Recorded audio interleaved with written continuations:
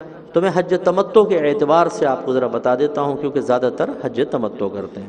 تو لہٰذا آپ یہاں سے گئے، اگر آپ سیدھے مکۃ المکرمہ جا رہے ہیں تو ماشاءاللہ امیگریشن تو یہیں ہو جائے گی۔ اب انشاءاللہ آسانی ہوگی، جیسے آپ جدہ سے اتریں گے فوراً ایئرپورٹ سے باہر اور اپنے ہوٹل میں آ جائیں۔ بعض لوگ یہ سمجھتے ہیں کہ ہمیں فوری طور پہ مکے پہنچ کر سب سے پہلے جلدی سے عمرہ کرنا ہوگا۔ عبادت کی ادائیگی میں جلدی بہت اچھی ہے، لیکن خشوع و خضوع اس سے کہیں زیادہ مطلوب شرع ہے۔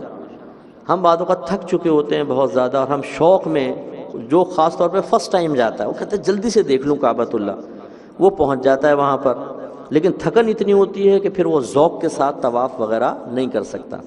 اس لیے اچھا طریقہ جو مناسب ہے وہ یہ ہے کہ آپ ہوٹل پہنچے آرام سے، پہلے اپنے غسل کریں اچھی طریقے سے، اگر کھانا کھانا ہے کھانا کھا لیں، نیند پوری کرنی ہے نیند پوری کر لیں، اس کے بعد بالکل فریش ہو کر تازہ وضو کیا آپ نے، اب آپ جائیے اور طواف کریں۔ یہ ہوگا بڑا ذوق والا طواف، اور یہ آپ ہوٹل گئے آرام کیا، اب آپ پہنچیں حرم کی طرف۔ باب السلام سے فرسٹ ٹائم داخل ہونا یہ افضل ہوتا ہے۔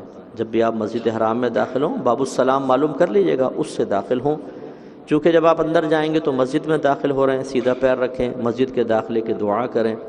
اور یہ یاد رکھیں بعض حاجی ایسے ہوتے ہیں کہ جب مکہ پہنچتے ہیں تو وہ اسے اپنا کمال سمجھنا شروع کر دیتے ہیں کہ یقیناً ہم با کمال ہیں، تبھی تو اللہ نے ہمیں یہاں بھجوایا ہے یا بلایا ہے، تو دوسرے لوگوں سے ہم شاید افضل ہیں، تو وہ بے پرواہ سے ہو جاتے ہیں، چہرے پہ ہنسی ہے، مسکراہٹیں ہیں، موبائل تیار ہیں کہ جی اب سیلفیاں بنیں گی کعبۃ اللہ کے سامنے، طواف کی یوں بنا رہے ہوتے ہیں، ویڈیو چلا رہے ہوتے ہیں، اور کسی کو کال کر لیتے ہیں، کہتے ہیں دیکھ میں یہ چل رہا ہوں۔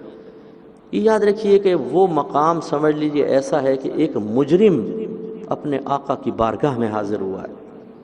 ہم نے کتنے گناہ کیے ہوتے ہیں، کتنے لوگوں کو زبان سے تکلیفیں پہنچائی ہوتی ہیں، ہاتھوں سے تکلیف پہنچائی ہیں، پیسوں میں بے احتیاطیاں کی ہوتی ہیں۔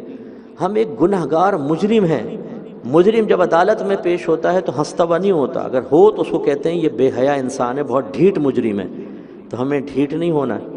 جتنی ندامت، جتنی شرمندگی، جتنی عاجزی ہمارے اندر ہوگی، اللہ کی رحمت اتنی ہی تیزی سے متوجہ ہوتی ہے۔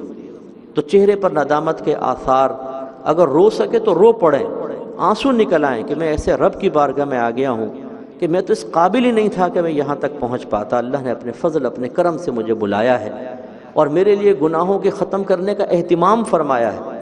یہ مقام شکر ہے، یہ مقام تکبر نہیں ہے، یہ بے پرواہی اور غفلت کا مقام نہیں ہے۔ تو بڑے سر جھکا کر روتے ہوئے، فرسٹ ٹائم حاضری تو ایسی ہونی چاہیے۔